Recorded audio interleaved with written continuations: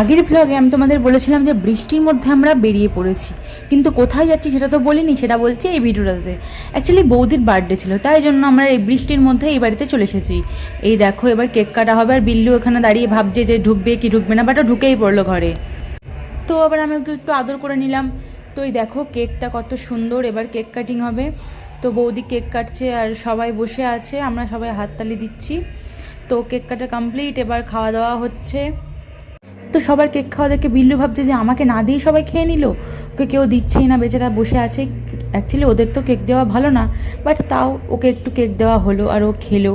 তো আমাদের কেক খাওয়ার পর্ব তো প্রায় কমপ্লিট। তো একটু ফটো তোলা হচ্ছিলো, এবার টুকটুকি ক্যামেরার সামনে আসতে লজ্জা পাচ্ছিল। তো আমাদের এবার রাতের খাওয়া, এই যে এখন আমরা ডিনারে খাচ্ছি নান, চিকেন কষা, বিরিয়ানি। তো আজকের দিনটা বেশ ভালোই কাটলো, লাস্টে আইসক্রিমও ছিল। তো বাড়ি যাওয়ার সময় লাস্টে বিল্লু আর ভিতুকে টাটা করে চলে যাচ্ছি।